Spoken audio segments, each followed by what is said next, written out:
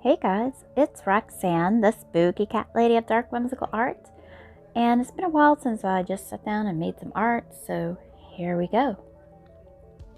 So today I'm using all supplies that I have either never used or have hardly used, just because why not? I didn't really have any idea of what I was going to make or even really feel like making anything, so I'm just kind of doodling. So we're using Posca pens, and we're also later going to use a sparkle pen, the gold one, and just just do what I feel like. Didn't even sketch anything, didn't even think about what it was gonna look like, just started working. And I decided I have a painting on my wall that has these two blue and green colors, and I thought I really like that color scheme, so why not use it again? So that's what I'm doing. I start using the blue. One thing I learned about Posca is you gotta watch out because they tend to just blob when you push down.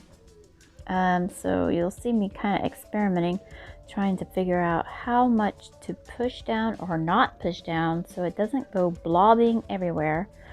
In this particular piece, it kind of helped a little bit when it did that sometimes, because then I would have plenty of paint to just spread around, kind of speeded it up a little bit because the nib on that Posca was tiny. You might not know it, but Poscas come in different sizes, big nibs, little nibs, and these two colors unfortunately were in my little nib ones, so I was like, well, I guess we're gonna take some time doing this. So the blobbing in this case seemed to help a little bit. It actually, this blue one actually stopped blobbing after 2 or 3 times, and it also seemed like it was running out of paint, so I keep shaking it and charging it. So I don't know how much paint or whatever it is that is inside a Posca, how much is actually in there. And since I've hardly used these, I'm kind of surprised that it started getting felt so low already, because I've hardly even used it. So I don't really know how long a Posca lasts. But this blue one, I think, is close to the end of its life, or it just doesn't work very good. I don't know. Probably just needed a second layer, but since I was just doing something quick to get me going again, I just decided not to do second layer. So I'm about to switch to the other color here, the green one. The green one looked a lot more solid and a lot brighter on the black paper. And also, I've also never used black paper before, so that was fun. Different medium. And I actually got this black paper at Michael's completely for free. I finally got into my Michael's app, and inside there were all these vouchers that I hadn't used. Too bad a lot of them expired already, but that's the way it goes, I guess. So I went into Michael's and bought some black paper and some tan paper, both colors I've never used before. And yes, we'll be experimenting. That's why I did something simple, because I was like, well, I've never used black paper. I hardly use my Poscas.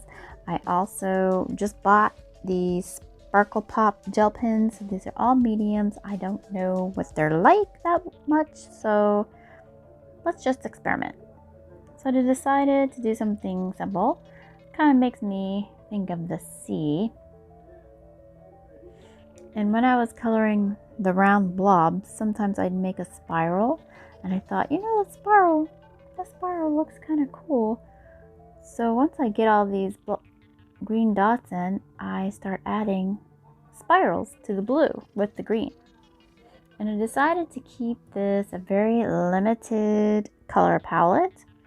I tend to use too many colors, which tends to ruin the piece because it just becomes way too busy.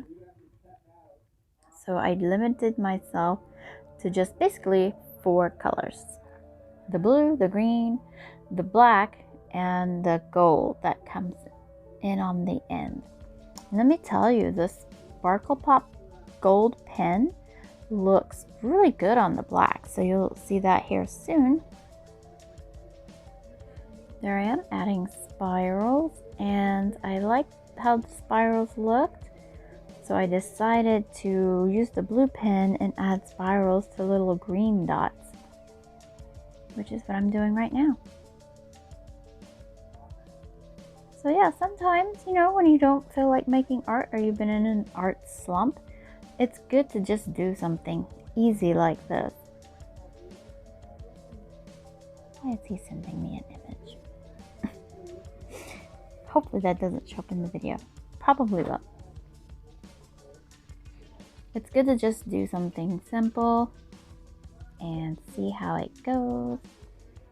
That picture underneath that I am using to keep the art supplies off of the table, that is a picture from my coloring book.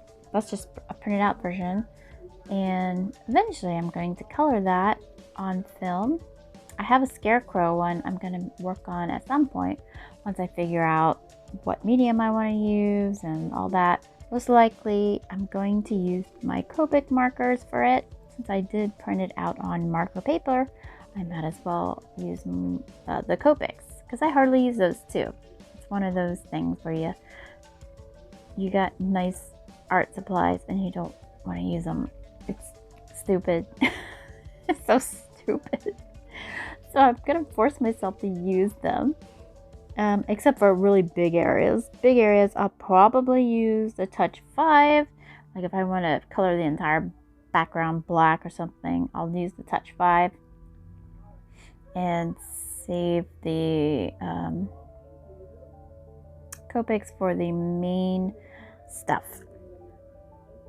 See that gold, hopefully it's showing on camera. It looks like it is decently. It was very beautiful on the black. So I may do another piece like this, a simple one, just using the Sparkle Pop gel pens from Pentel, and see what that is like, because it really looks nice. So this piece is almost done. Kept it very simple, very few colors, and yeah, it's kind of cool. Looks like the sea, like a mermaid sea. Mermaid hair in the sea. Who knows? If you can think of a name for it, give me an idea. Put those in the comments, and maybe I'll use your name that you come up for this piece. So unfortunately, because it's all shiny, it won't make for a good print. I could try scanning it and see what it looks like.